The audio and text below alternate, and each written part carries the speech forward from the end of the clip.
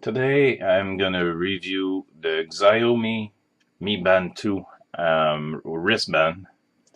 I was supposed to originally post this video earlier, but unfortunately I wasn't able to record it because my computer has suffered a problem, and I was pretty sure I had to go back to a previous backup, but that was not the case. I was finally able to fix the issue and get back to work. So the XIAOMI Mi Band 2 is a wristband like this one that is basically it's taking the number of steps that you make in a day. Um, it counts it. It also has a heartbeat monitor with a laser underneath, and you can pretty much have whatever you want on the screen. Um, there's a few things that you can display on the screen, and that is actually a wristband like this one that is made out of plastic, rubbery plastic type of material. I don't know exactly what it is.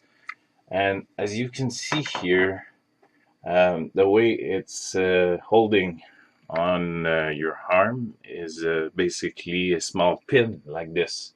And the small pin goes into a hole and it stays in that hole. That way it snaps in. So I don't really like that type of bracelet because you don't have as much adjustment as a regular bracelet would get you. But if you're used to having a watch with holes in the bracelet, that should be fine. That should be nice enough for you to be able to use. Also, the unit itself is like a small pill, like this. I wouldn't swallow this one because it's a little bit big. No, just joking. But it has a laser underneath, and that laser, as you can see, it's a green thing that's flashing, and it's trying to get your pulse from your arm by lighting it up. And it checks for a change in color. It's not 100% accurate, but I believe it's close enough. And as you can see, I have the number of the amount of battery left configured on my screen, and the reason for that is I want to know when it's time to charge, because there's one big major thing with this is that to charge it you need this cable. So it's not a regular cable, and I have only one, so I want to charge it when I get home. And basically it sits like that on it and clips in, and there's two connectors here in the bottom that connects to the connectors here on the charger. I don't think we can see. Yep. So two connectors, they go together and it builds a contact and allows you to charge. What I don't like about that wire is it's way too short, so you need an extension of some sort to be able to charge. So if you take an extension, it's going to be much easier for you. So what I did, I had that extension lying around here somewhere. So I just plug that in and it's perfect to charge. Uh, so it charges pretty well. It had a graphic here when you charge it, which is great. Now, if we take a look at the app, it's called Mi Sport. You have the number of steps you did, the way you slept the day before, many stats. But really, what I like the most about this is the ability to use it with sleep as Android.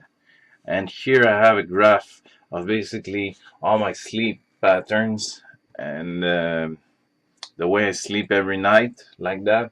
So you can see I got woke up this morning by a fire truck. It was around 3 a.m. You can see it here. So we can see that I didn't sleep very well this night.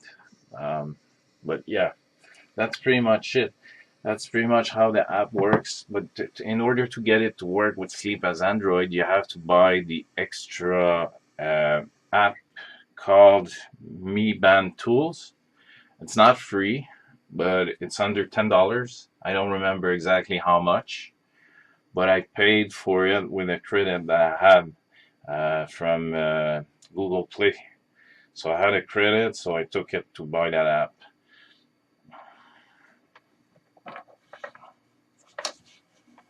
Another thing I want to talk about is it's a nice little format, but the front glass is always dirty. And on top of that, they claim that the actual screen is scratch proof. As you can see, I have a big scratch here on the top. And this happened by accident. I was passing by an object. It was actually a post that was holding up a ceiling, and I scratched it. There was a screw coming out, and it scratched the glass. So even though they claim it's scratch proof, it's not 100% scratch proof. So what I suggest is you change the bracelet for one that has a little recess in it, because when you put this into the bracelet, it's not protected. It comes flush with the face of the bracelet. You see, it's completely flush. So what I suggest is you get a bracelet that has a little bit of recess to protect a bit the glass. And there's also, I saw on Amazon, there's screen protectors for this. I don't think it would protect from my screw, but you know, something is better than nothing. So if you buy this, be aware that it's not 100% scratch proof. I'm a little bit disappointed. Also, it doesn't go underwater for more than 1 meter for 30 minutes. So it's IP rated for water, but like I said, the IP rating is 30 minutes under 1 meter. I didn't try to go swimming with it. I didn't want to take the risk.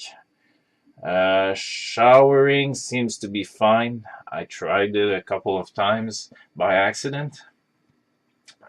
So that seems to be fine. But if you have a little extra money, you can get the Mi Band 3.